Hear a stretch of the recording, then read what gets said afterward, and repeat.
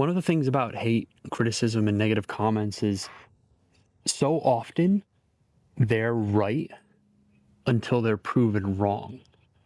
And I always found that so interesting is that if somebody gives you a compliment and if somebody gives you a positive comment, well, then that's wrong until proven right. Right? It's so much more difficult to accept a compliment if somebody says you look good, if somebody says you did good, right? 'Cause you want to be humble. So it's always so much harder to accept a compliment. But then if somebody says something negative about you, somebody criticizes you in some way, then that's true immediately until proven false. And the positive comment is false until proven true. Hi, I'm Mike. I have had OCD anxiety for the past 10 years or so of my life, and I turned that turmoil into prayers and tools, and I share them with you. I always found that really frustrating on how that's almost innate.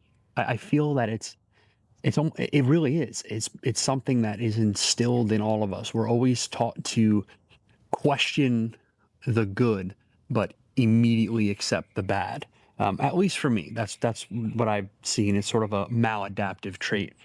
And so one of the things that I have been asking myself if I ever receive criticism or hate or a negative comment, right? Which fortunately I actually haven't yet, but I'm sure that they'll come. Is I ask myself these few questions. First, I ask myself if this is based in truth, because sometimes when you get criticized, there very well may be some truth to it. And I don't want to hear that, but that is the case. I know I don't want to hear that sometimes, but it is the case that sometimes that there is some truth that is rooted in some truth to some degree. Now, criticism, really, the way that it lands is not necessarily the criticism, but it's how you say it, right? When it comes to giving negative comments or negative feedback, you want to be truthful, but it's how you say it, not what you say, 90% of the time.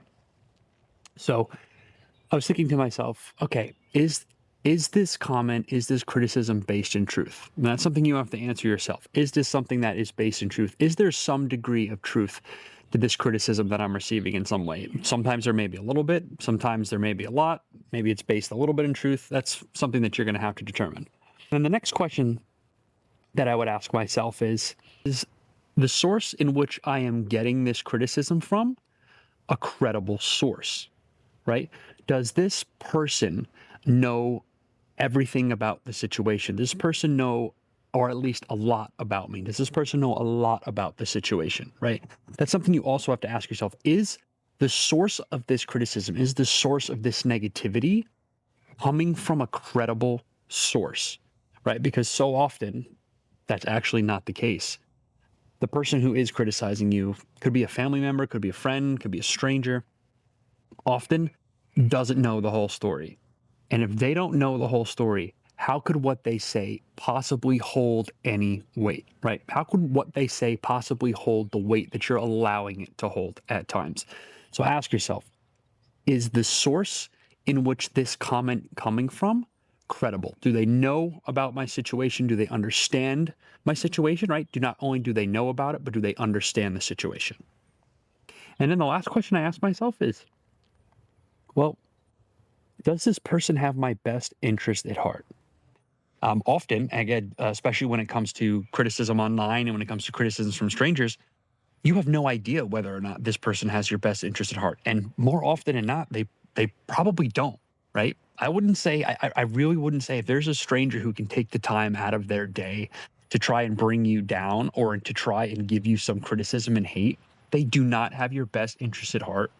They don't know the situation, right? They don't know the whole situation, so they're not a credible source, and there's none of it that's based in truth. And so if you can use this criteria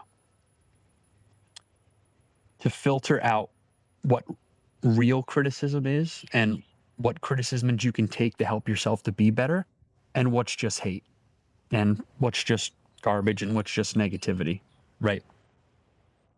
It can help you to handle these types of comments, whether they be in person, online, just so much easier and with more grace, right? And to be able to also extend that grace to other people, because here's a little tip that I need to, as I'm saying this in real time, I need to remind myself of is that so often when people come and criticize you, when people come and give you negativity or hate, it's they're coming from a bad place. It's because there's something going on in their life, right? You've heard hurt people.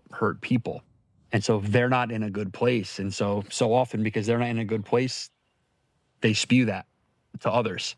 And so it's something that I myself need to keep in mind. I need to do better. That when somebody comes at you and they're angry or they're frustrated and they criticize you, it's because they're not in a good mental space. They're not in a good headspace. Try to extend that grace. So hope this criteria can help you out in some way, and to just keep that in mind. It's one of those things that can really help you to sort of roll with the punches, if you will. Because look, life doesn't always give us answers. It doesn't always give us these roadmaps. Doesn't always give us these questions that we can ask ourselves, right? But it gives us moments. It gives us opportunities that we can use to seek virtues and build tools that we can use later on down in life. That is what this channel is all about. If that's something that interests you, hit that subscribe button. I post easy to understand, pragmatic videos once a week with shorts and prayers that can help you to make better decisions in your life, and things that I've genuinely used in my life and things that I still genuinely use. So remember, keep those questions in mind, and not all hate comes from a bad place. Most of it probably does, but not all of it. I'm rooting for you, kid. Here's something interesting. That used to be a bird feeder, and then it turned into a squirrel feeder in about 1 minute 37 seconds. So now it's empty. Little tree rats keep emptying it out. Yeah, well,